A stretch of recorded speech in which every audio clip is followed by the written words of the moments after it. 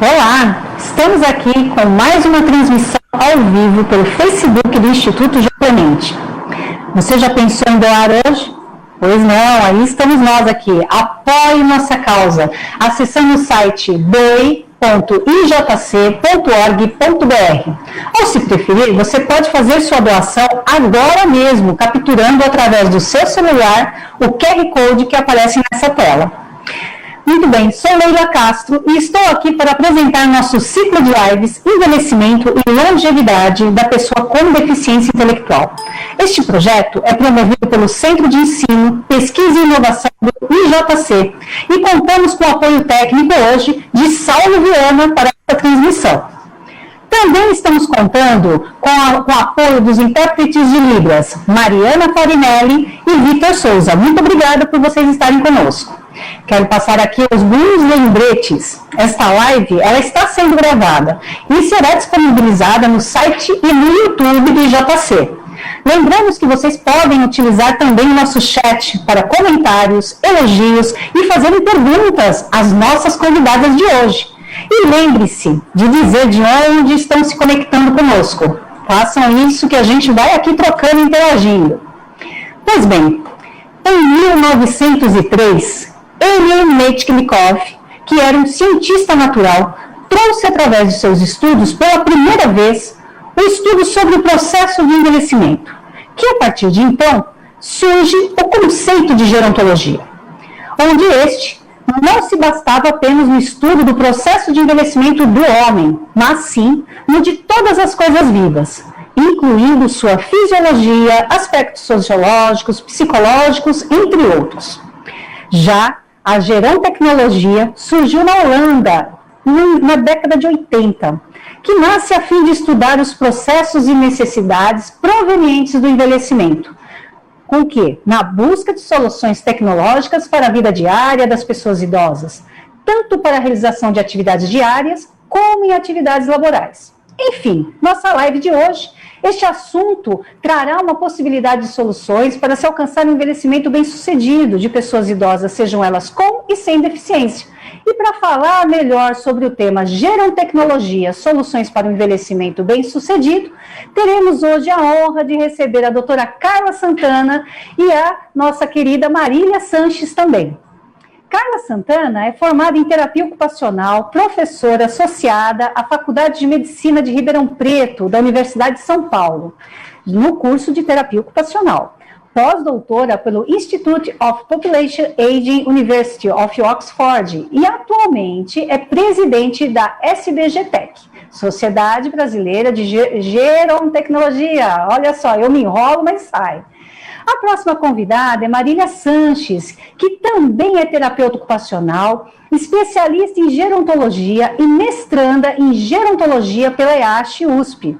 É docente, palestrante nos temas de envelhecimento e também nos cursos de gerontologia. Quero aqui dizer que é um grande prazer recebê-las e já agradecer a participação de vocês. Muito bem-vindas. Carla? Gostaria de falar alguma coisa? Marília, seu microfone está fechado. Olá, boa noite. Agradeço imensamente a presença de todos assistindo a essa live e aos meus colegas aqui, a Marília, uma grande oportunidade dessa live reunir duas terapeutas ocupacionais. Isso é fantástico, né? E também é fantástico por conta de podermos discutir sobre a questão do envelhecimento, né, e seus impactos na vida das pessoas, na vida da sociedade de uma forma geral. Gostaria de agradecer imensamente a oportunidade de estar com a Leila, estar com todos aqui que estão no apoio, e também pela oportunidade, né, de poder ampliar os conhecimentos de todos em relação à gerontecnologia. É sempre uma excelente oportunidade. Obrigada. Nós que te agradecemos, viu, Marília? Bem-vinda. Obrigada, boa noite a todos. É uma grande alegria para mim estar de volta aí na casa, né, o Instituto Joclemente. Quero agradecer, Leila, pelo convite, agradecer aos nossos ouvintes e a todo o pessoal do apoio. E agradecer também a presença da Carla, né, uma profissional que eu gosto muito de ouvir, que traz esse tema tão importante, tão atual, né, que é a questão da gerontecnologia.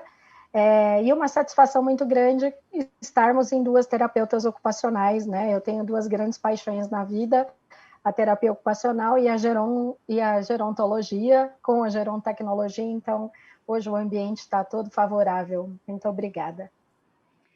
Pois é, né? Marília, já vou aproveitar que você me deu a deixa e já vou colocar uma primeira pergunta.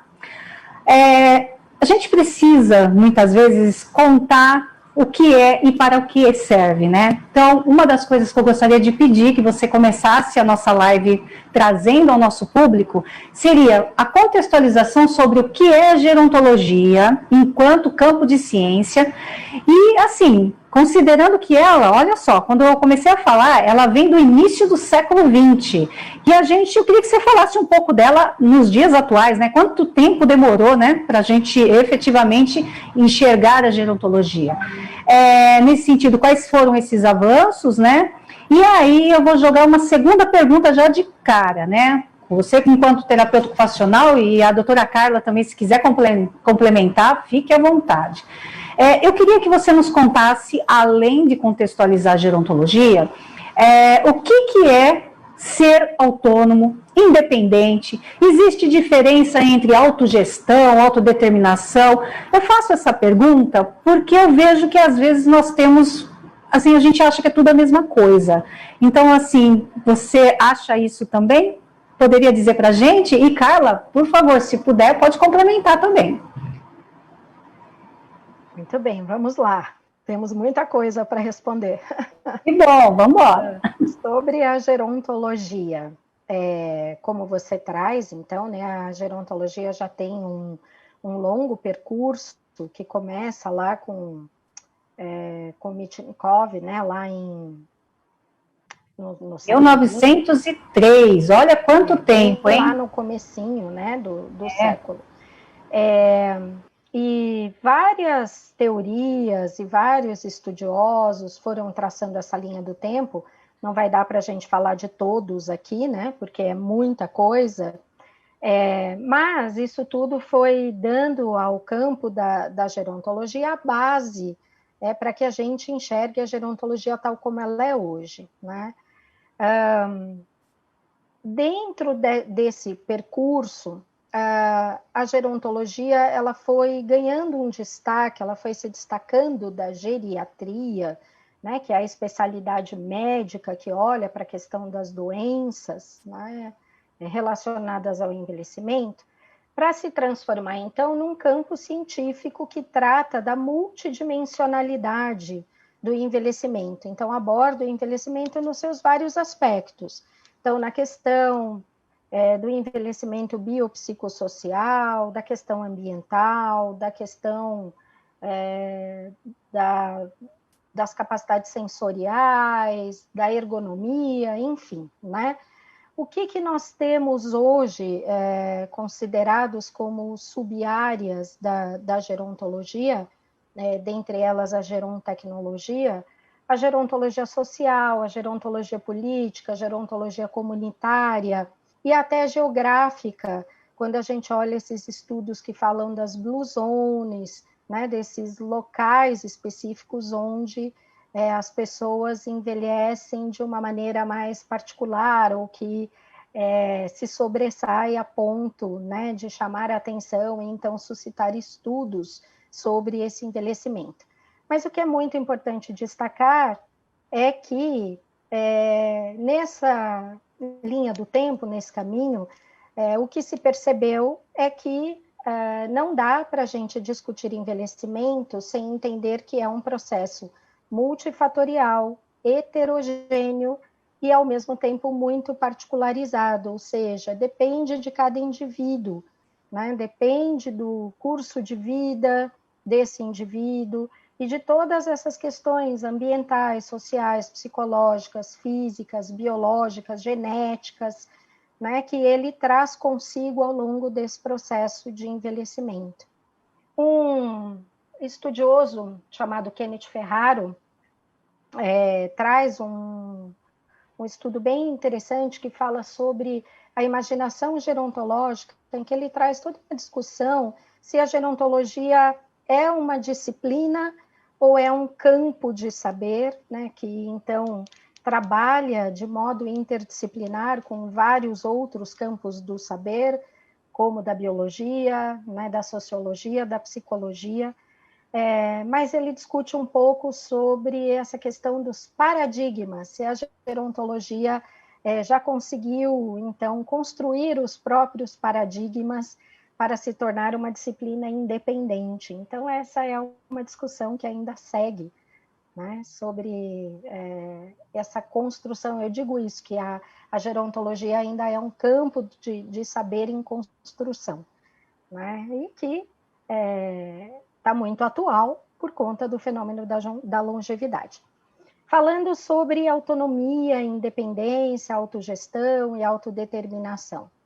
Autonomia é a capacidade de decisão que a gente tem, né? A condição de gerir a própria vida.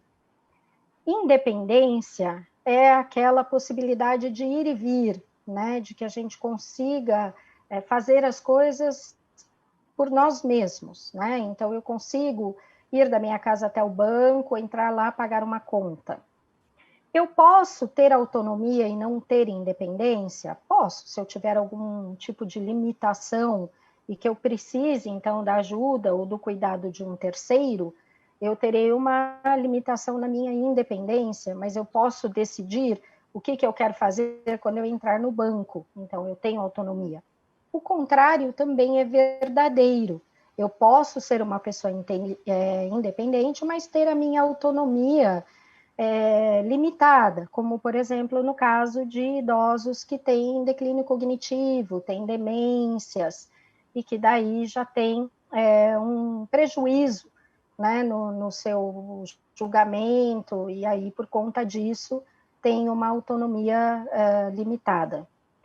Quando eu penso em autogestão e autodeterminação, essas palavras elas estão muito relacionadas com a autonomia, mas é importante destacar que a autodeterminação, ela está até destacada no Estatuto da Pessoa com Deficiência, por uma questão, eu acho que até muito importante, né, da autodeterminação, que é essa capacidade dela poder ou não decidir sobre as coisas acerca da vida dela, né? E aí, destacando essa questão da autonomia e da autodeterminação, é muito importante que a gente consiga avaliar quais são, de verdade, os limites, né, dessa autonomia em relação à pessoa que envelhece, em relação à pessoa com deficiência intelectual que está em processo de envelhecimento,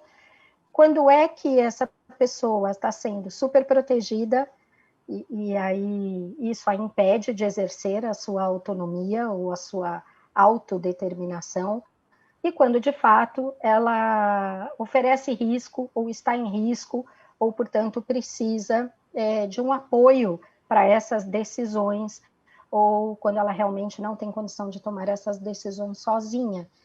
Então, esses limites, eles podem ser muito tênues, e nós temos que olhar para isso com muito cuidado, não para não invadir e não ferir essa autonomia, né, essa autodeterminação, mas, por outro lado, também não deixar que essa pessoa sofra qualquer tipo de risco ou dano por conta do prejuízo desse julgamento. Perfeito. Nossa, muito bom, viu? Agora está bem esclarecido mesmo, existem coisas que são similares, né? Mas elas não são dissociáveis. Obrigada, Marília. E, Carla, gostaria de te perguntar, afinal de contas, o que é gerontecnologia, que é o nosso tema de hoje? Quais são essas principais abordagens, né, que envolve esse tema tão importante, como a própria Marília mencionou, ela nasce da gerontologia, né? Então, quer dizer, a importância desse trabalho. Ou, enfim, conta pra gente, por favor. Bem, é interessante porque são abordagens São abordagens diferentes em alguns aspectos, mas quando a gente pensa em gerontecnologia, a gente pensa de fato, né, de um campo de conhecimento que ele é interdisciplinar por natureza. Né? Assim, ele não existiria se ele não fosse, se ele não se banhasse nos saberes, né, nos saberes de muitas áreas de conhecimento. Né? Então, assim, de fato, a gerontecnologia ela empresta conhecimentos da gerontologia, mas ela não se reduz. Claro que não dá para reduzir a gerontologia, mas ela é um somatório dos conhecimentos da gerontologia com o desenvolvimento tecnológico. Então, assim, por que ela nasce nesse campo tão... por que ela se distingue? Né? Exatamente porque ela faz cruzamentos, né, de muitas diferentes áreas, como a própria ergonomia, o design, o estudo de ambientes, a tecnologia assistiva, e, dentre outros, a sociologia, a ética, entre outros aspectos, né, para trazer algo extremamente novo, que é a interação de dois campos, a gerontologia com o desenvolvimento da tecnologia. E nisso nasce a gerontecnologia. Então, assim, o que eu poderia trazer de base? De que ela é interdisciplinar por natureza. Né? A gente poderia dizer que é um conhecimento extremamente híbrido. Agora, por outro lado, assim, ele tem uma base tecnológica que lhes dá, né, que lhe dá um suporte. Isso é importante pensar. Né? Mas que, assim, que a gente reconhece que a gerontecnologia, ela tem e ela pode ser, né, uma ferramenta extremamente importante para melhorar a vida das pessoas idosas. Né? E a gente está vendo agora, nesse momento de pandemia, né, a gente está vendo tanto as possibilidades quanto os desafios da gerontecnologia. Bem, a gerontecnologia, assim, não da gerontecnologia, mas a questão da tecnologia, como é que elas impactam a vida da pessoa. E aí, nisso, a gente pode olhar para o campo da gerontecnologia, que tem a ver com equipamento, que tem a ver com acesso das pessoas à conectividade, por exemplo, que tem a ver com limite, que tem a ver com questões que perpassam a escolaridade, a idade, enfim, uma série de possibilidades. Né?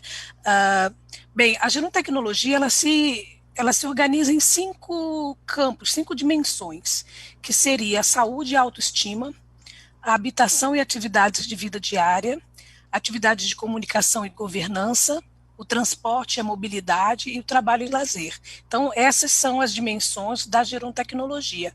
Mas essas dimensões, elas são perpassadas por eixos. E eu acho que isso é uma das maiores riquezas para a gente olhar para a gerontecnologia.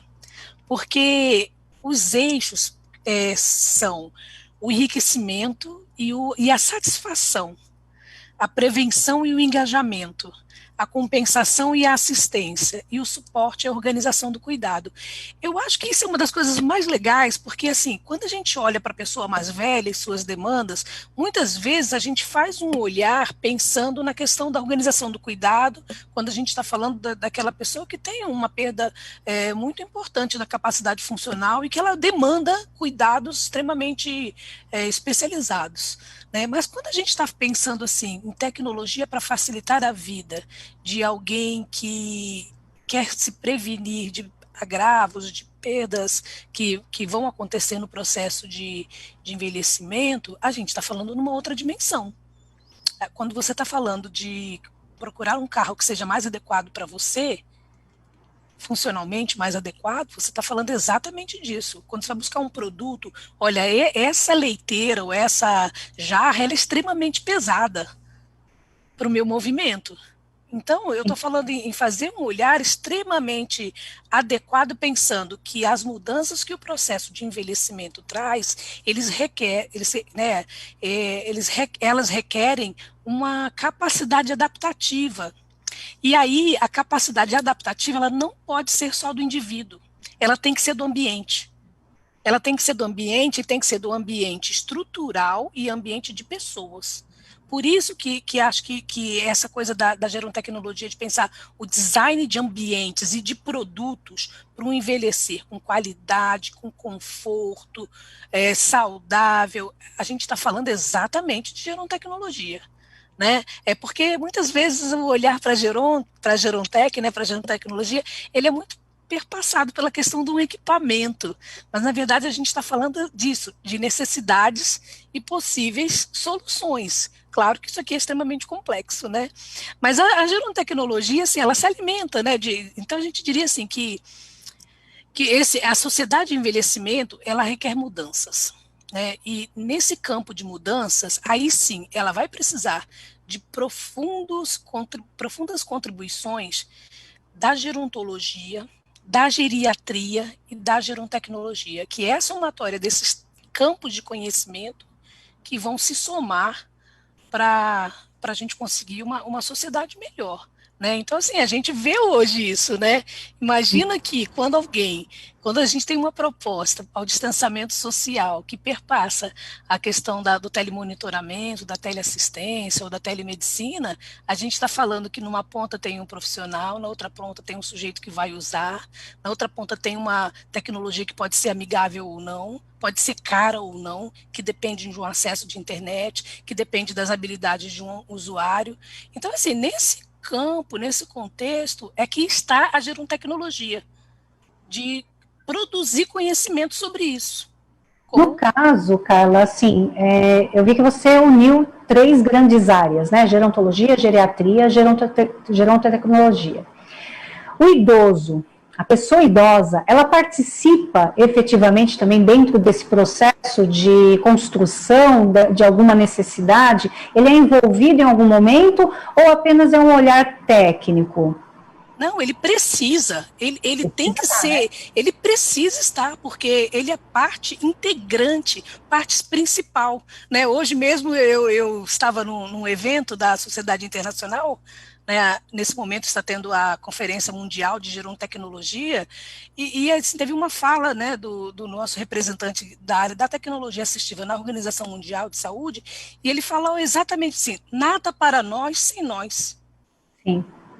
Né? Então, assim, não é possível que alguém que desenvolve um produto olhando para um mercado de pessoas 60 a mais, não pode pensar nos quereres, desejos, necessidades, né? É assim, por isso que assim, a gerontecnologia ela tem muito essa pegada de pensar a questão do co-design, de pensar assim, a solução pode ser essa, mas a minha vontade não é ter essa interferência no meu ambiente. E aí, o que tem de alternativo para isso, né?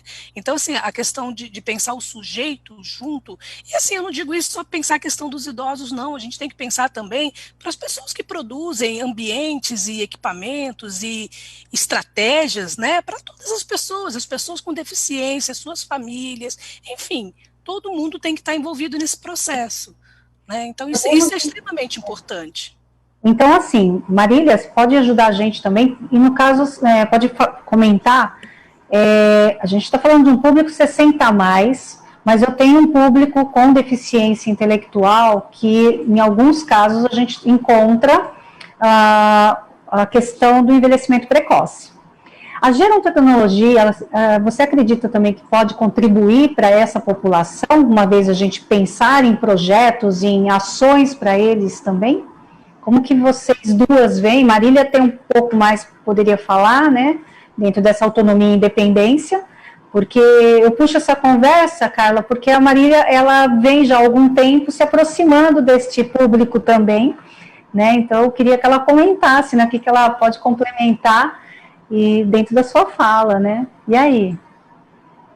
Não, eu concordo inteiramente com a Carla, né? Quando ela diz que a tecnologia ela tem que estar aí para o uso, né, de absolutamente todas as pessoas, independente da sua condição, né, de saúde ou da sua faixa etária.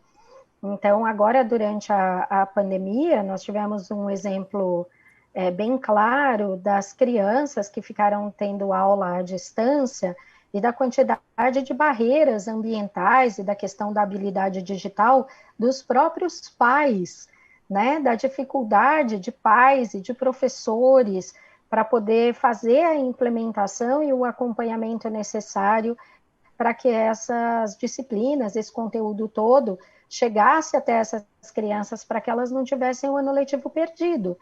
Então, sem dúvida, é de grande importância. O que eu percebo no caso das pessoas com deficiência intelectual e que estão aí no processo de envelhecimento? A gente percebe que o envelhecimento para essas pessoas ele é precoce, né? Ele já começa na faixa dos 30 anos, são pessoas que ao longo das suas vidas, já desde muito cedo, tiveram contato com muita gente da saúde, né, por conta de monitoramento e tudo mais dos seus problemas de saúde. Então, a Gerontecnologia, ela vem, como disse a Carla, não só para administrar essas questões de saúde, por exemplo, com relação a muitos medicamentos, de que essa pessoa faça uso, mas a gente tem que pensar também que a gerontologia, ela trata muito do olhar centrado na pessoa, né? Justamente porque o processo de envelhecimento ele é particular, ele é heterogêneo e ele é muito baseado no curso de vida de cada indivíduo. Mas pensar que essas pessoas que estão num processo de envelhecimento precoce e que ainda são jovens, né? Então, assim, a tecnologia também dialoga muito com essa população mais jovem. Então, acho que tem uma infinidade de atrativos, para além disso, como disse a Carla, para o eixo do lazer, do trabalho, né? Para que essas pessoas estejam conectadas com as suas redes de apoio, formais e informais, é um olhar para a vida, né, de modo geral. Então, a questão dos videogames, por exemplo, né, que podem não só estimular fisicamente, cognitivamente, mas também trazer aquele momento de interação e de diversão, né, com os amigos, os colegas da escola, enfim. Então, acho que o uso é esse, voltado para todas as áreas da vida, né? Para toda essa questão, essa multidimensionalidade que está conectada com o curso de vida e, portanto, com o processo de envelhecimento. Não, perfeito. E, Carla, a gerontecnologia, ela usa muito uma questão de inteligência artificial também na sua construção. Se podemos dizer isso também, ela tem ou não? Sim, ela tem também, mas assim, acho que o primeiro convite que eu faço sempre, né, nas oportunidades que tenho para falar sobre a gerontecnologia, é a gente pensar a tecnologia como metodologia, como conceito, como estratégia, né, e a gente fugir de pensar como serviços, né, a gente não pensar a gerontecnologia como equipamento. Então, acho que a primeira barreira essa é a primeira desconstrução que eu gosto de pensar, porque, claro, é embebida a qualquer serviço, equipamento, processo, enfim, a gente também está falando de múltiplas disciplinas, múltiplos saberes nesse campo, inclusive a inteligência artificial, tanto quanto a ergonomia, o design, entre outras questões, né? Mas acho que é o primeiro convite, até porque isso nos permite a olhar mais amplamente sobre a questão da tecnologia, né? E acho que isso é uma coisa muito legal. E eu até queria, assim, eu achei muito legal, muito jóia a resposta da Marília, né? As considerações dela, porque eu acho que a ideia é pensar, assim, eu particularmente, né? Eu penso na questão da pessoa com deficiência intelectual, né? Como condição, né? Essa como condição, assim. Mas quando você vai pensar na vida dessa pessoa, também na vida de outras, né? A gente está pensando nas pessoas que vão precisar pensar na questão da habitação, na questão da funcionalidade, na questão da segurança, na questão da comunicação, do lazer, do trabalho, da mobilidade, do transporte. E aí a questão é de olhar assim, quais são as necessidades dessa população e como é que as dimensões da vida dela podem ser potencializadas pelas estratégias, pelos equipamentos, pelos processos, pelos serviços, né? Então, assim, eu acho que a ideia é essa, é sempre abrir o leque de possibilidades que a tecnologia traz, né? Então, acho que é muito legal poder pensar nesse aspecto bem amplo, né? E acho que é isso mesmo, é olhar E ela para... responde muito à proposta da cidade amiga, né? Que é a Sim, proposta da Organização Mundial de Saúde. Quando você fala de todos esses aspectos, eles estão estritamente ligados, né? À questão da cidade amiga, do idoso, né? Então é sim, muito bacana e é aquilo, o que é bom para um é bom para todos, né? Meninas, exatamente. eu tenho perguntas já, para as duas. A Márcia Andrade, tá? Ela não disse de onde é. Diga depois pra gente de onde você é, peraí. Não, ela não disse, ela já deu os parabéns para vocês, eu vou falar daqui a pouquinho quem deu os parabéns, mas ela diz o seguinte, né, ela está aqui falando, observo que quando falamos de acessibilidade e gerontologia e a gerontecnologia, nos permite ampliar o olhar sobre o campo de inclusão. Como vocês duas veem isso? Vai lá, Carlinha. Quer começar? Na verdade, assim, eu pego um gancho para falar que Leila traz, né? A questão da sociedade de todo mundo, a sociedade para todos, né? Então, na verdade, a gente passou por processos civilizatórios, né, extremamente excludentes, né? Especialmente na exclusão das minorias. E aí, eu acho que é muito legal pensar que o processo de mudança, né, a transição demográfica, ela põe na nossa, né, nos faz encarar que essa minoria não é tão minoria assim, né? É, ela é mandatória, né? Então, assim, as questões da acessibilidade, as questões do trabalho para todo mundo, do transporte para todo mundo, da travessia do sinal cobrindo todas as possibilidades para as pessoas com diferentes capacidades funcionais para fazer essa tarefa, a questão da saúde, a questão, enfim, né, mais ampla possível, ela tem que ser para todo mundo. E aí, partindo do pressuposto de que todo mundo é diferente, a gente tem que pensar, claro, nos processos de inclusão, com certeza, né? Porque se a gente hoje está fazendo um movimento, que é um movimento que precisa ser muito maior, porque as demandas são muito maiores, né? Para incluir, é porque ao longo desse processo a gente excluiu, né? A gente não Concordo consegue olhar para inteiramente. todos.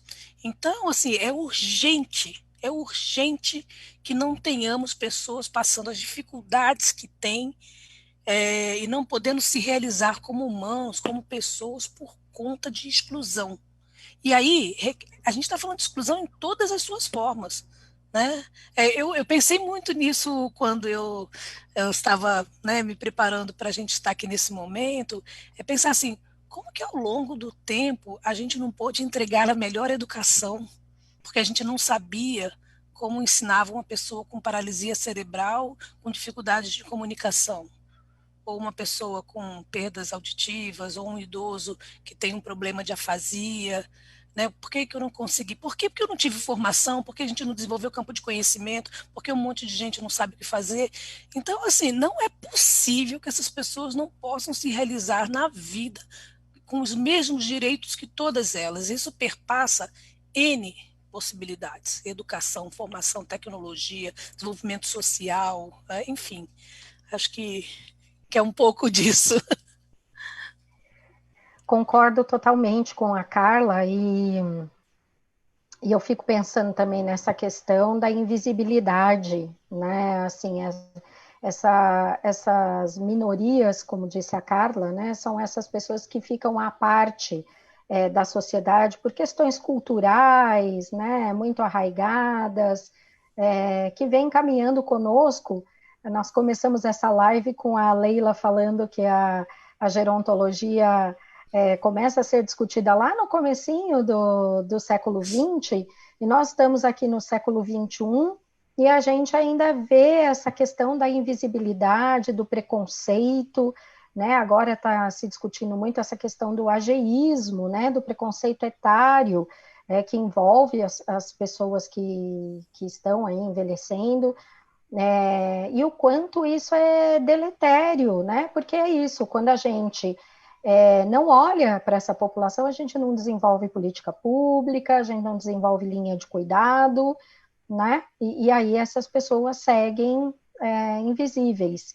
E quando a gente olha para as pessoas com deficiência intelectual em processo de envelhecimento, a gente pode pensar em dupla invisibilidade, né? Por conta de todo o preconceito que cerca essas pessoas, como disse a Carla, nossa, mas por que a gente não aprendeu, né, a se comunicar melhor e quais os processos de ensino-aprendizagem para uma pessoa com paralisia cerebral ou com um idoso afásico, não é? Então, acho que temos aí também ainda uma trajetória de discussão sobre essa cultura gerontológica e esses preconceitos, mitos, estereótipos que ainda cercam essas minorias e como é que a gente trabalha para romper, né, com esses paradigmas e estabelecer novos paradigmas. Perfeito. Antes de ir para a próxima pergunta, eu vou agradecer aqui, eu quero compartilhar com vocês que as pessoas que eu vou falar agora estão elogiando muito a fala de vocês. A Mirella e Estela Ribeiro dos Santos, aqui de São Paulo, estão dando os parabéns pela fala, pelos esclarecimentos que vocês estão dando. Jalise Alvarenga também, ela está dizendo que está tudo ótimo, está adorando. A Maria de Fátima Martins também está adorando, está excelente. A Márcia Andrade, né, também, e a Marília, quanta clareza, está te elogiando aqui, Marília, parabéns. A Cris, nossa, é o nome mais difícil. Cris Atemeg, e para você também, Marília, como sempre, esclarecedora e didática, olha só, hein? Obrigada. E a Carla Soares, né, ela é daqui de São Paulo, e quem fez a pergunta anterior, que era a Márcia Andrade, ela é daqui de São Paulo e é uma admiradora das terapeutas ocupacionais. Confesso que eu também sou, tá? Mas assim, Márcia, obrigado pela pergunta, e eu vou para a próxima, hein? Quero ver agora como que vocês vão responder essa. Do Luiz Roberto Mantovani, ele é de São José do Rio Preto. Vizinho aí, hein, Carla? E é justamente para você. Carla, o que você acha da gerontecnologia se apropriar das técnicas que as organizações já utilizam com sucesso para desenvolvimento das competências específicas para as pessoas que envelhecem? Essa é pesada. Não, eu acho extremamente importante, né? Assim, claro que a gente não tem que pensar que tudo é inovação, porque assim, a própria questão das construções, elas perpassam esse conhecimento já desenvolvido, e por isso que a gente pode ampliar, né? A gente pode avançar. Então, assim, acho que, de fato, as competências no âmbito da gestão, da governança, das questões do trabalho, acho que, sim, a gente pode enumerar uma série delas, né? É extremamente necessário, para ontem, né? É para ontem, né? Então, assim, mas assim, também isso perpassa uma questão que é da interlocução, né? Assim, é uma interlocução importante em diferentes sistemas. Eu acho que esse é um dos maiores desafios, tanto da gerontecnologia, né, como de outros campos, que eu diria até a própria gerontologia e também a própria geriatria, entre outros, né? Poder pensar o conhecimento desenvolvido pelas instituições, pela sociedade de uma forma geral, né, ao longo aí de todos os seus processos, né, enfim, eu acho que as questões da academia, que acho que é extremamente necessário para a gente poder pensar tudo isso, né, e a questão é poder intercambiar saberes, né? Então, assim, embora muitas vezes a gente pense, a gerontecnologia é algo extremamente novo, na verdade, a gente está pensando em pontas, né? Em juntar pontas e construir pontes entre algo que muitas vezes está muito distante, né? Uma ponta da outra, né? Então, assim, com certeza, eu acho que ela repousa no conhecimento já desenvolvido, né? E é necessário reconhecer, com certeza. Perfeito. Eu vou dar um recadinho para o nosso público. Continue mandando seus comentários, seus elogios, perguntas para as nossas convidadas, né? Mas lembrando, diga de onde que você é também, tá? Que é muito bacana a gente poder saber de onde que está o alcance, né, desta live também. Antes de dar andamento, vou de novo fazer aquele pequeno lembrete, né? Se você não doou hoje, lembre de doar aqui para o IJC. doe.ijc.org.br ou capture o QR Code que aparece aqui na tela. Continuando. Tem mais uns recadinhos aqui. A Josiane Souza, ela está agradecendo por compartilhar todo o conhecimento de vocês e a toda a equipe. A Jussara Nascimento também está adorando, viu? Então ela está aqui falando. Vocês só não disseram de onde vocês são, né? Mas tudo bem. O Luiz Roberto continuou, viu, Carla? Vamos lá. Ele está dizendo aqui, ele complementou o que você falou, ele diz assim: o desenvolvimento das competências para o envelhecimento digno não deveria começar antes dos 40 anos de idade? Eu acho que vocês duas podem falar, né? Mas eu faço a pergunta primeiro para a Carla, né? Que já estava falando sobre isso. Ele deu uma continuidade aí. Não, exatamente. A gente poder pensar o envelhecimento como processo. Né? E o processo de envelhecimento, ele acontece desde sempre, né? Então, assim, o que perpassa a questão do envelhecimento, por exemplo, um dos aspectos são as relações, né? Que se dão entre as gerações. Então, assim, o próprio convívio entre uma geração mais jovem com uma geração mais velha, ela perpassa o processo nesse olhar, né, nesse olhar atravessado pelo tempo, né? Claro que se a gente está pensando em processo, né? Também tem uma aprendizagem toda nessa, né? Eu tenho certeza que se a gente pudesse estar pensando sobre o nosso envelhecimento em idades muito mais tenras, mais jovens, a gente estaria pensando diferente sobre o dinheiro, sobre a casa, sobre os meus planos de vida, sobre minhas necessidades, podendo ter perspectiva de futuro e de tudo que eu posso, né? Então, assim, de fato, a gente tem que olhar isso de uma forma processual, né? E isso acho que é um dos maiores desafios, né? Porque a hora que a gente cola a questão da velhice com o fim da vida, aí ninguém quer ir para chegar lá. Claro que eu vou me afastar disso o quanto eu puder, né? Então, por isso, o convite é olhar isso de uma forma muito longitudinal. Quer complementar, Marília? Sim, é isso, é curso de vida, né? Quer dizer, começa... algumas correntes aí da gerontologia dizem desde a nossa concepção, né, e outras dizem desde o nosso nascimento. Quer dizer, à medida que a gente estabelece os nossos papéis sociais, né, as nossas relações, faz as nossas escolhas ao longo da vida, a gente já deveria estar mirando todas as etapas da vida, porque o envelhecimento é mais uma etapa da vida, né? Então, se a gente tem lá pais que pensam na poupança para poder investir no estudo dos filhos, né, como um futuro, acho que a gente deveria pensar nesses capitais também, para o bem envelhecer, para o envelhecimento bem-sucedido, e que são capitais que não são só da ordem financeira, como disse a Carla, né, que são das questões sociais, ambientais, né, afetivas, de trabalho e tudo mais. Então,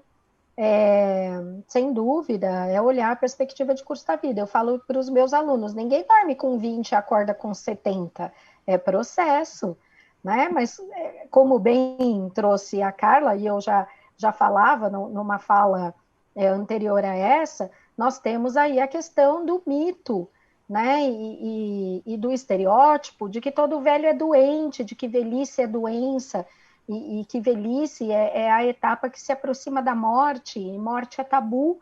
Então, como nós temos essa preocupação, né, de que não queremos morrer, embora seja a única certeza que a gente tenha, né, assim, de que um dia nós vamos morrer, e também essa questão desse medo de que nós possamos envelhecer com dependência, né, com doenças. Então, o que a gente faz? A gente não discute envelhecimento ao longo da vida. E hoje aqui nós temos a oportunidade de dizer para as pessoas que estão nos ouvindo, né, aprendizado constante, né, é importante olhar para esses capitais, para que a gente consiga um envelhecimento com mais resiliência, né, de modo mais bem-sucedido, como dizem aí alguns pesquisadores e estudiosos. Eu só vou complementar aqui, mas Carla já respondeu e você também, né? O Marcelo Emendabile, ele colocou aqui, eu acrescentaria desde o ensino fundamental, mas vocês falaram, é um processo, isso é a qualquer momento, não necessariamente na fase do envelhecimento, né? Então, só para complementar, porque ele fez um comentário, então estou trazendo aqui. Eu vou também aproveitar, tá? A Jussara, que falou aqui de você, Marília, ela foi sua aluna, tá? Ela tá novamente te elogiando, que você é maravilhosa, né? Ela fez um trabalho com você no outro projeto lá, no Juntando Pontas, e tá adorando, tá? Nossa senhora, tem muita coisa aqui escrita, eu tô ficando meio perdida. Mas aqui a Ananda tá me ajudando, então vamos lá. O Luiz Roberto de novo. Luiz Roberto, você é maravilhoso. Ele está dizendo aqui, é um comentário, tá? Em um elogio. Um evento deste nível é realmente muito importante para a construção de um mundo melhor. Muito boa a sua visão, Carla, do caminho a percorrer. Parabéns para os organizadores e para os espíritos generosos que compartilham conhecimento. Marília, muito bom.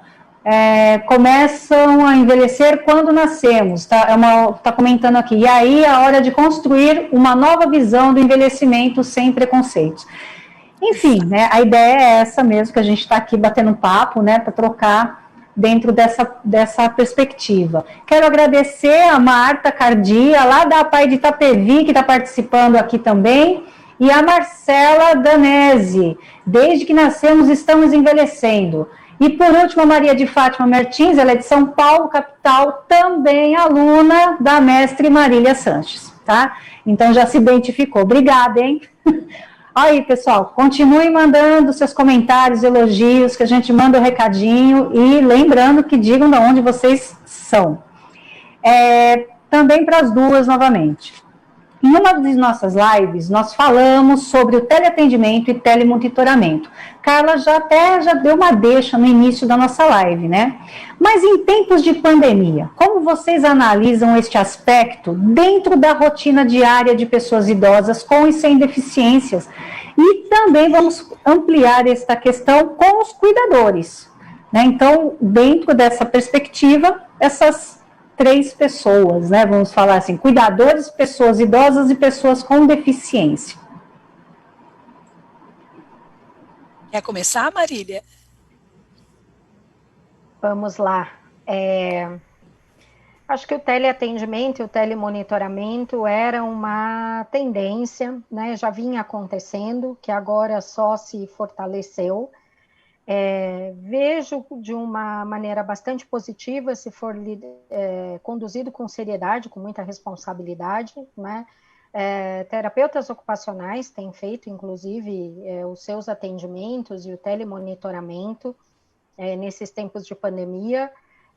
Já temos aí alguns registros que eu acho que para o ano que vem, muitos estudos vão surgir sobre essas questões de como esses teleatendimentos auxiliaram essas pessoas, por exemplo, com declínio cognitivo, né, até a questão da solidão dentro dos lares, a questão das próprias angústias relacionadas ao isolamento, né? Muitos idosos têm trazido essa questão de que se sai, sofre o preconceito etário, né, o idadismo, o ageísmo, que você é o principal grupo de risco, você não tinha que estar na rua. Mas essa pessoa, ela está olhando um recorte, que é o recorte, inclusive, do preconceito, e não está olhando o contexto. Muitas vezes esse idoso é um idoso que mora sozinho, porque é isso que os dados aí demográficos têm nos mostrado. Às vezes é um casal de idosos, uma idosa que já cuida de um cônjuge mais idoso,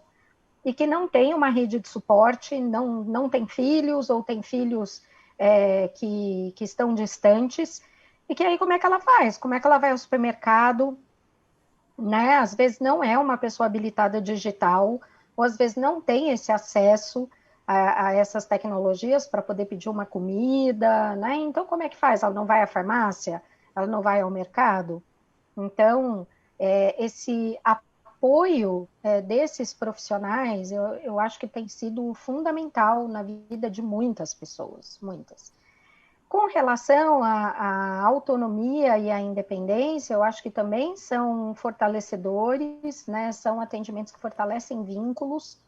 E para a questão do cuidador, o apoio, porque se a gente for olhar para o cuidador, voltamos lá para essa questão das políticas públicas, né? De cuidadores que ainda são invisíveis e se somam, né, a essa população idosa e dessas pessoas com deficiência intelectual que estão em processo de envelhecimento, que cuidam sozinhas, que estão sobrecarregadas, que muitas vezes não recebem a orientação necessária, né, ou suficiente, ou muitas vezes essa informação vem cheia de termos técnicos, essa pessoa não consegue acessar essa informação de modo suficiente para que ela consiga executar o cuidado, né? E aí esses profissionais, de alguma maneira, conseguem se aproximar também um pouco mais desses cuidadores. Então, Leila e Carla, nós temos um amigo em comum, o Williams, que viaja o Brasil inteiro, né, fazendo palestras aí sobre envelhecimento, e eu me lembro de uma imagem que o Williams trouxe numa apresentação dele, de uma cena dentro do metrô de Nova York, na década de 40, então aquelas pessoas todas com os sobretudos, os chapéus, e todas elas lendo jornal dentro do metrô, ou seja, ninguém estava interagindo com ninguém, as pessoas estavam ali lendo jornal. E ele traz essa imagem para contar para as pessoas que a tecnologia não afasta ninguém.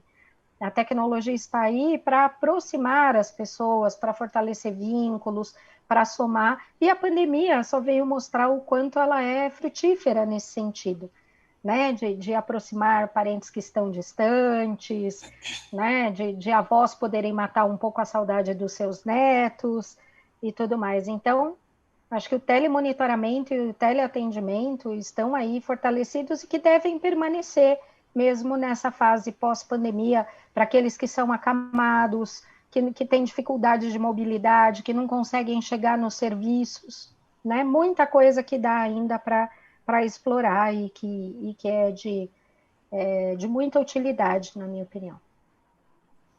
Eu acho fantástico essa perspectiva que você traz, Marília, e assim, eu quero convidar todo mundo a pensar também que, como toda pandemia, né, como toda guerra, como todo estado caótico, ele é extremamente gerador de energia, né, de tentar se achar o equilíbrio, ela desvela muita coisa, né? Então, assim, ela é reveladora, ela traz à tona questões que são muito importantes, né?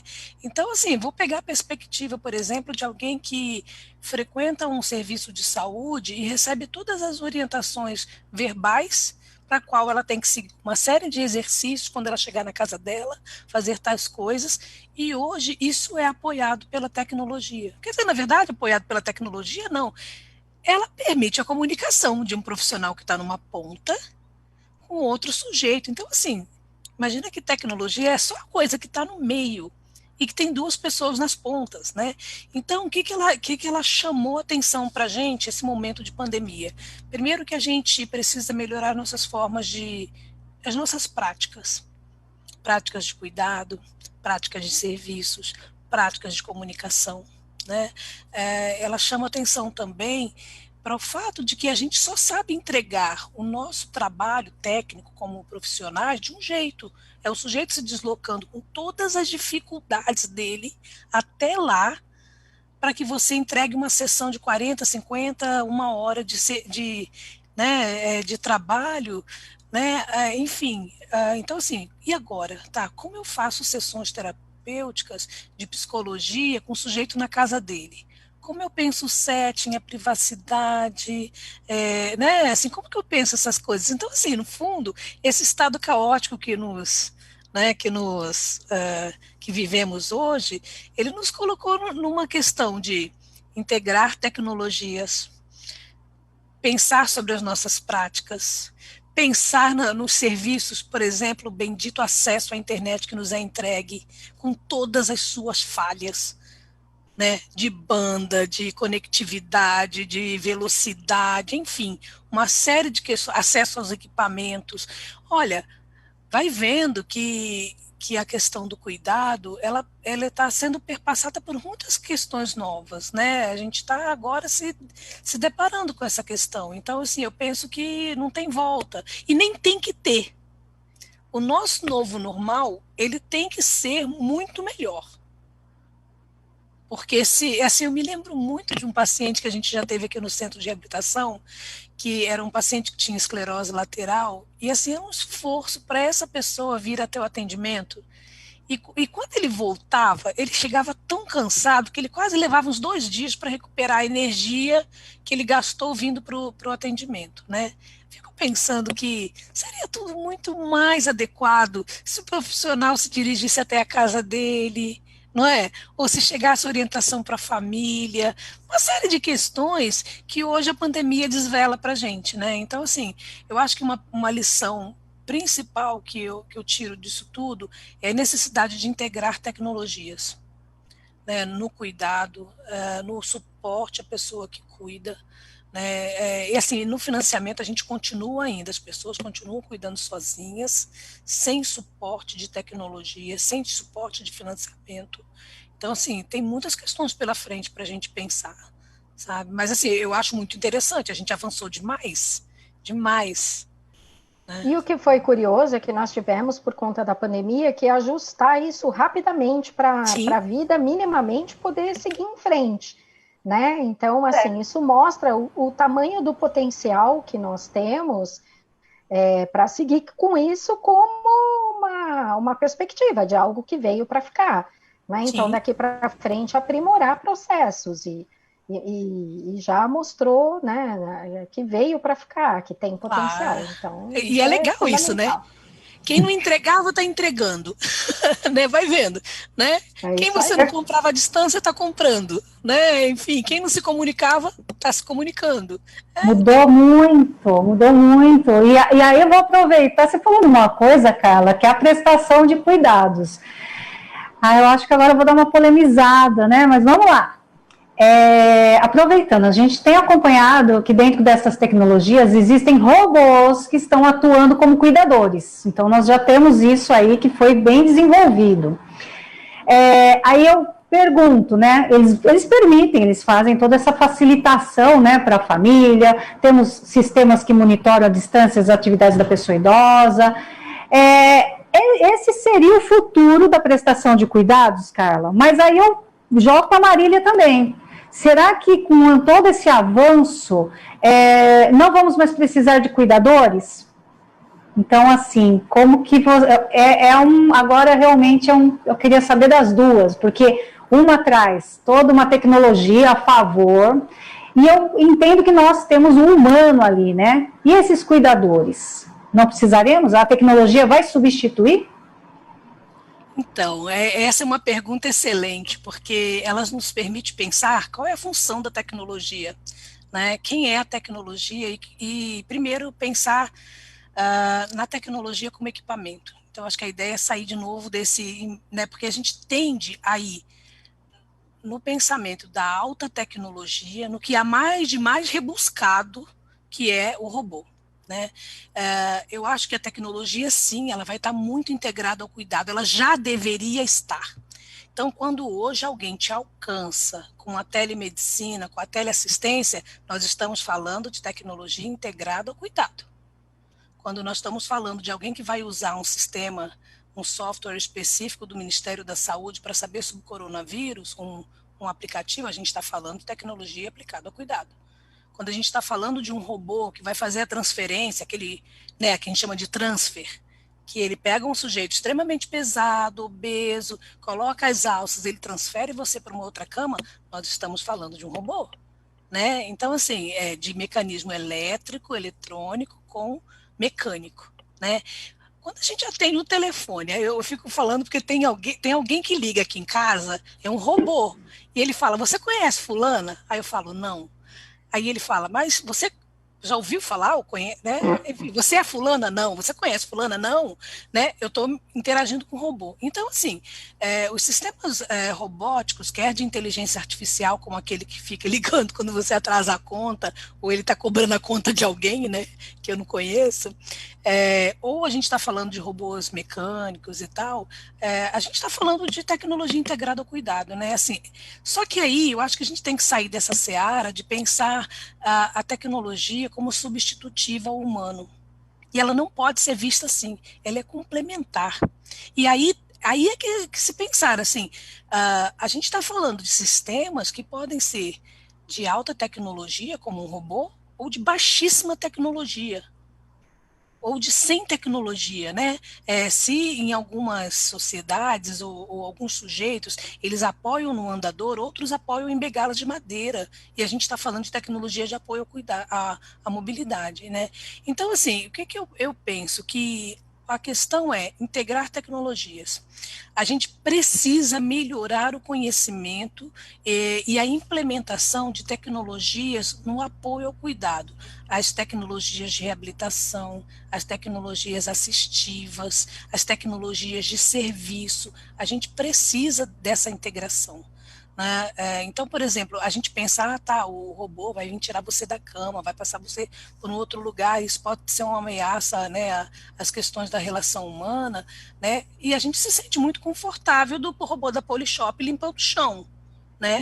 Então, assim, no fundo, eu penso que nós, assim, no campo da robótica, eu acho que o primeiro movimento que a gente vai, assim, primeiro não, né? Mas, assim, acho que um dos movimentos que a gente vai crescer no Brasil daqui a alguns anos é a robótica de serviço, sabe? Essas que nos permite a melhorar o trabalho. Eu acho que isso é assim, essa é uma das partes que a gente vai pensar, né?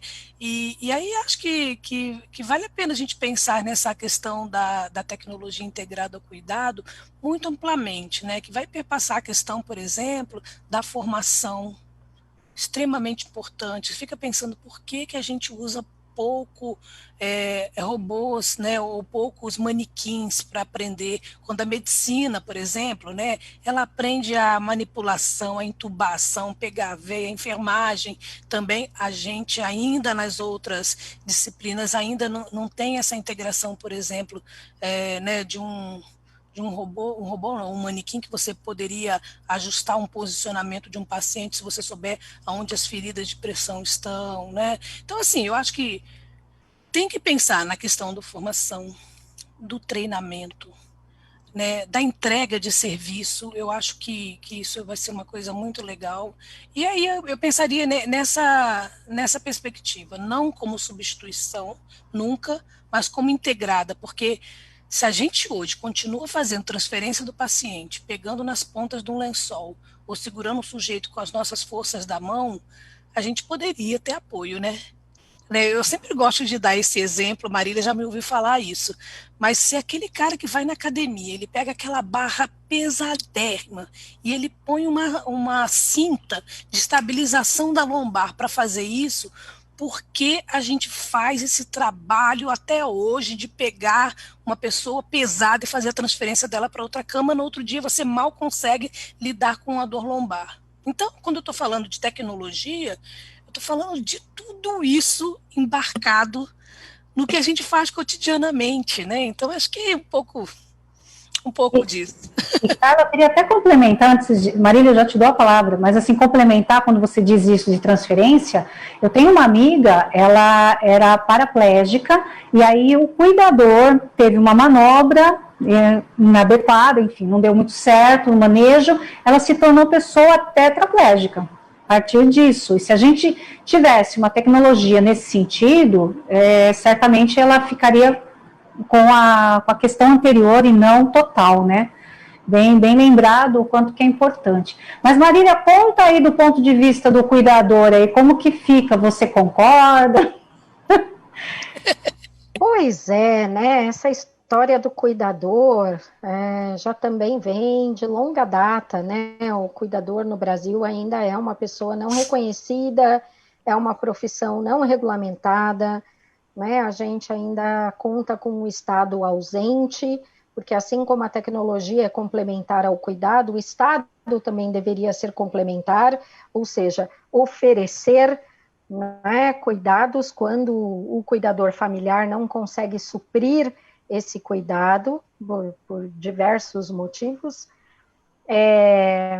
E a Carla tem toda a razão, perpassa também uma questão da formação, né, inclusive da formação do cuidador formal, que ainda é uma formação muito difusa por conta da própria sociedade, ainda não entender bem qual é o lugar dessa pessoa, né, o idoso muitas vezes não quer o cuidador, porque acha que vai ser aquela pessoa que vai entrar naquele lar e vai tirar dele a autonomia e a independência, né? E se o cuidador for lá para fazer isso, ele realmente deve recusar o cuidador, porque o cuidador tem que ir lá para ajudar naquilo que ele não consegue fazer sozinho, né? Observando esses níveis de funcionalidade e entendendo que ele está lá como um apoio.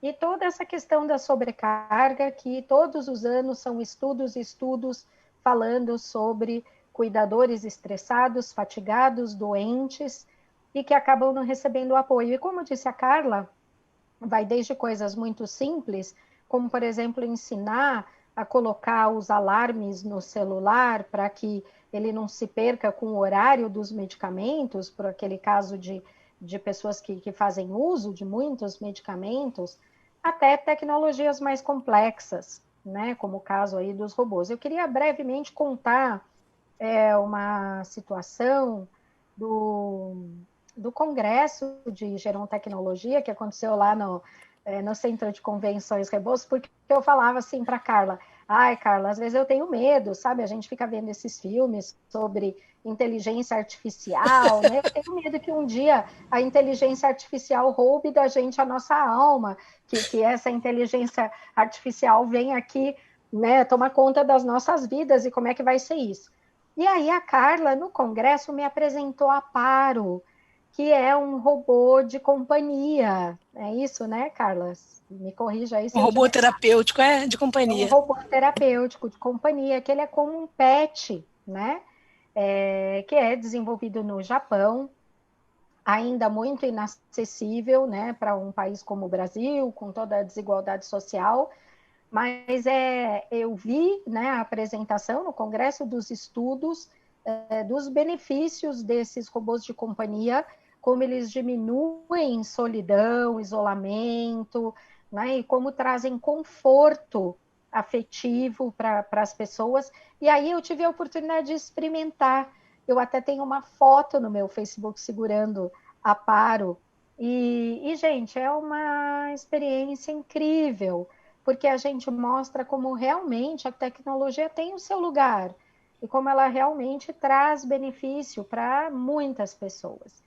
Então é isso, a tecnologia sempre como complementar, seja para ajudar o cuidador, para ajudar a pessoa idosa, para ajudar a pessoa com deficiência intelectual que está envelhecendo. Bem, nosso tempo está esgotado e eu tenho mais duas perguntas para você, quer dizer, mais duas colocações para vocês duas, e eu tenho uma demanda enorme aqui do lado, que as pessoas estão realmente interagindo, tá? Eu vou fazer o seguinte, primeiro eu vou colocar o que as pessoas estão dizendo, a minha técnica aqui já está dizendo que eu estourei o tempo, mas eu vou ser bem breve, e eu vou pedir que vocês também sejam, tá? Porque senão depois a gente estoura mais ainda o tempo.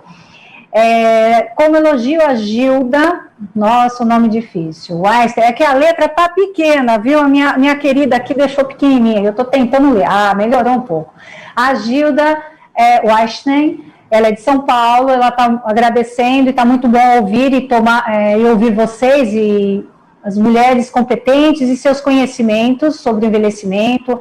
A Marcela, novamente, ela está reforçando a questão das terapeutas ocupacionais, que elas são essenciais na equipe de cuidados à pessoa idosa. A Cláudia Biondi, que é Casais. Não, ela está dando... o nome dela é Casais. Ela está dando parabéns a Marília. Também a Gilda coloca que não se pode confundir a tecnologia como meio tecnologia como fim, né? Cuidados sempre precisarão do humano. E a Marisa Matsumura, a tecnologia pode complementar o cuidado, mas no Brasil ainda está distante de muitas famílias. A Silvia, daí eu acho que a gente pode emendar uma coisa na outra. A Silvia Novak, até onde a tecnologia vai? Pode ajudar muitíssimo, mas existem coisas que jamais serão substituídas.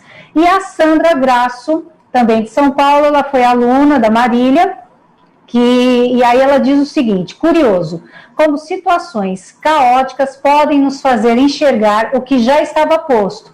O que mais será que está na nossa cara e ainda não podemos ou não queremos enxergar? E a quem interessa essa cegueira? Né? Ela faz uma crítica aqui bem interessante. Mas assim, se puderem responder, mas as minhas perguntas são, Carla, queria que você falasse, a gente teria muita coisa para perguntar sobre a gerontecnologia, as questões de custo, entre outras coisas, mas assim, o nosso tempo realmente está bem apertado agora. Mas a minha pergunta seria, quais são as perspectivas da gerontecnologia no país? E nos conte um pouco sobre o trabalho desenvolvido pela ISG e a própria, né, SBGTech aqui no país. Na sequência, eu já faço a pergunta para a Marília, para a gente ir já indo embora, porque já estão me mandando para fora daqui. É certo. Bem, só comentar bem rapidinho, de fato, ela não é substitutiva, né? Então, a gente tem que pensar claramente que o cuidado, ele pode ser muito apoiado, né? E acho que a questão também, ela perpassa o conhecimento, que a gente precisa ampliar sobre produtos, sobre serviços, sobre tecnologia, de uma forma mais ampla, né? De fato, serve para alguém o fato de que a gente não tem acesso a tecnologias de comunicação, que a gente não tenha capacidade de entender, né, quando a gente contrata uma banda de serviços, por exemplo. Então, assim, de fato, a gente precisa pensar. E aí, uma pergunta que a Leila tinha me feito antes é pensar, assim, a questão da economia, do envelhecimento, da longevidade, ela nos coloca não só de pensar os idosos como consumidores, não, é de transformação social, de sustentabilidade, porque se eu utilizo a tecnologia para melhorar a vida de um sujeito, essa pessoa pode viver muito melhor sua vida, ter menos custos de cuidados futuros, né? Enfim, uma série de mudanças. A Sociedade Brasileira de Gerontecnologia é uma sociedade recente, ela está se organizando, né? Ela é muito recente, tem só 3 anos, e a Sociedade Internacional, né? Ela já é mais estabelecida, mas assim, ambas, né, estão nesse movimento de melhorar, né, o conhecimento, né, e a construção desse campo, né, que é a gerontecnologia. Então, assim, no Brasil, eu acho que o nosso principal desafio, pensando como sociedade científica, é pensar em práticas de estudos de eficácia para essas práticas com base tecnológica. Eu acho que isso é um dos desafios, que a gente implementa tecnologia e precisa estudar sobre os impactos disso. Então, eu acho que isso é uma das questões que a gente tem preocupação. E outra é fortalecimento de práticas interdisciplinares, porque tudo aquilo que é híbrido deixa todo mundo muito desconfortável. Então, acho que isso, a integração dos saberes é urgente para a nossa sociedade. Melhorar fomento à pesquisa e fomento a também, né, as inovações e aquilo que é desenvolvido. O Brasil importa tecnologia assistiva, importa serviço de enfim, de teleassistência, por exemplo, como aquele dos alarmes pessoais. A gente importa um monte de coisa, gente. Acho que até andador, scooter, uma série de coisas. Então, melhorar a base de conhecimento nacional para a produção de produtos é urgente, né? E assim, acho que uma das principais preocupações da SBGTech é ampliar, fazer uma maior difusão do conhecimento da gerontecnologia. Por isso a gente vai em tudo quanto é lugar falar sobre ela, porque para dizer assim, isso não está tão longe, né? A gente já está trabalhando com tudo isso, só que vamos lá, vamos desenvolver conhecimento sobre isso, né? Tem muitos desafios, diminuir a importação, melhorar a produção, principalmente desenvolver serviços. O Brasil precisa de serviços, muitos, que é desde o transporte da pessoa, um transporte que te leve uma cadeira de rodas, que te leve um scooter, né, que te permita te levar até o teatro e voltar. Você não tem que passar vergonha de perguntar se o teu carro leva uma cadeira de rodas, sabe? Se você chegar lá na missa, vai ter um sistema para você ouvir o que o padre ou o pastor está falando, que vai integrar junto com o seu aparelho auditivo. A gente está falando disso, de sociedade para todo mundo, entendeu? Então, precisa melhorar os serviços. E a tecnologia pode melhorar, pode ajudar muito. Então, assim, quero chamar a atenção de vocês para tudo aquilo que a gente pode transformar para que as pessoas vivam melhor, né? Ver uma vida mais plena, essa é a ideia. Né? Mas é o que a gente quer, né? Eu quero isso, opa. Com certeza. Marília, fala um pouquinho, você tem uma linha de cursos aqui no CEP, quer falar um pouquinho para a gente já encerrando? Sim, né? São cursos à distância, que tratam aí de várias questões importantes quando a gente olha para o envelhecimento. Então, a questão da capacidade funcional, né? Hoje nós falamos aqui o tempo todo de multidisciplinaridade, né? A importância das pessoas trabalharem juntas, olharem todas, né, para o mesmo horizonte, até para que a gente consiga trabalhar para diminuir as iniquidades, né, essas diferenças injustas e evitáveis, para poder melhorar a vida da sociedade, né, como um todo, porque quando a gente olha para envelhecimento, a gente olha para a sociedade como um todo, envelhecimento é para todos, né? Nenhum de nós aqui ficará estacionado no tempo, estamos todos no processo de envelhecimento.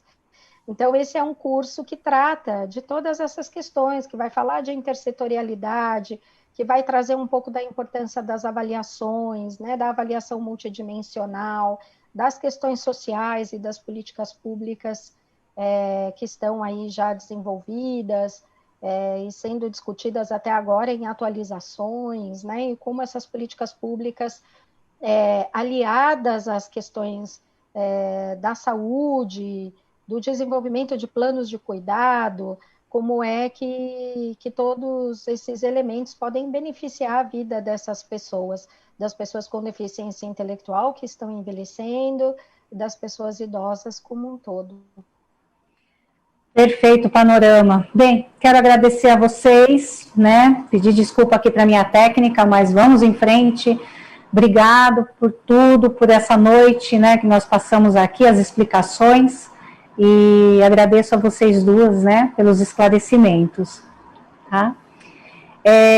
Enfim, chegamos mesmo ao final e nos encontramos na próxima terça-feira, dia 13 de outubro, neste mesmo horário, com o tema Isolamento Social, Perdas e Luto na Pandemia.